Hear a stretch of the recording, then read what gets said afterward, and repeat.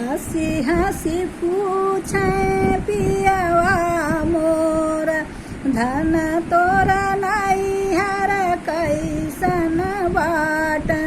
हंसी हंसी पूछे हो पियावा मोर धन तोरा नैहर कैसन बाट। हीरा जड़ल चौकठ बाट मोतियन जड़ल केवड़ियाना। अरे मोतियन जड़ल केवड़ियाना साही ठाट बाट नैहर के साही ठाट बाट नैहर के भैया मोरा मोहर लुटावैना। अरे भैया मोरा मोहर लुटावैना।